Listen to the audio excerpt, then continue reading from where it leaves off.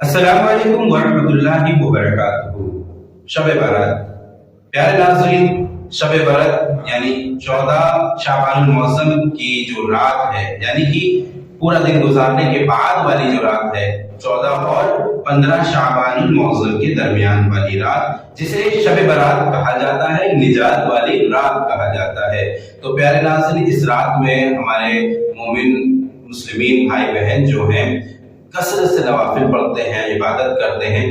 تو جو بزرگان دین کا طریقہ رہا ہے، اس رات میں بہت سے زیادہ نوافل پڑھا کرتے تھے۔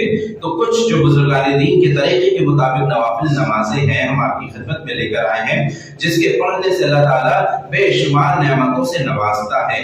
پہلے 2 رکعت نماز نوافل کا طریقہ سمجھ لیں، جس کو پڑھنے سے اللہ تبارک و تعالی رزق میں کشادگی اور برکتیں عطا فرماتا ہے۔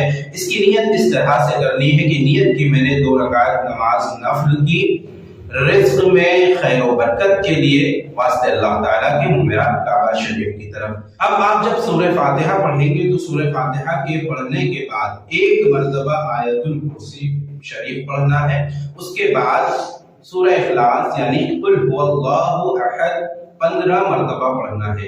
تو اسی طرح سے دونوں رکعات پڑھنے کے بعد آپ جب سلام پھیر دیں گے تو آپ کو 100 مرتبہ درود پاک پڑھنا ہے، اور درود پاک پڑھنے کے بعد اللہ تعالیٰ کی بارگاہ میں ہاتھوں کو بلند کر کے دعا کریں۔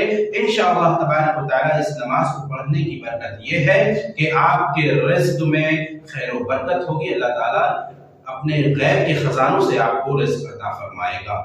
دوسری نماز 8 رکعت نوافل کی ہے، اس کو آپ کو 2 سلام میں پڑھنا ہے، یعنی کہ 4 رکعت نماز کی نیت کر کے آپ کو یہ نماز مکمل کرنی ہے۔ اس کی نیت اس طرح سے کریں گے کہ نیت کی میں نے 4 رکعت نماز نفل، قبر کے عذاب سے محفوظ رہنے کی، نجات پانے کی، واسطے اللہ تعالیٰ کے منہ میرا کعبہ شریف کی طرف ہاتھ باندھنے کے بعد آپ سورہ فاتحہ پڑھیں گے، اور 10 مرتبہ سورہ اخلاص یعنی قل هو اللہ احد 4 رکعت میں اسی طرح سے آپ کو پڑھنا ہے، اور پھر 4 رکعت کے بعد سلام پھیر دیں گے، پھر دوبارہ اسی طرح سے 4 رکعت نماز کی نیت کریں گے۔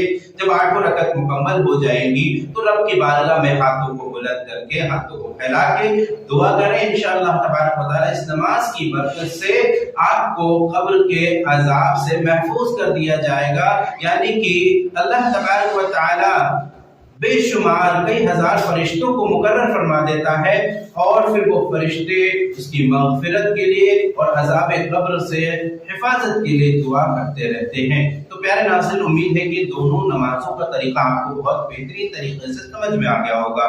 آپ اس ویڈیو کو بار بار دیکھیں اور نماز کا طریقہ بہت اچھے سے سمجھ کر ان نمازوں کو ضرور پڑھیں، تاکہ آپ بھی ان نمازوں کو پڑھ کر اس کا جو فائدہ ہے، اس کی جو فضیلت ہے، اس کو حاصل کر سکیں۔ انشاءاللہ تبارک و تعالی پھر آپ سے ملاقات ہوگی، تب تک کے لیے انتظار کیجیے، اپنا خیال رکھیے۔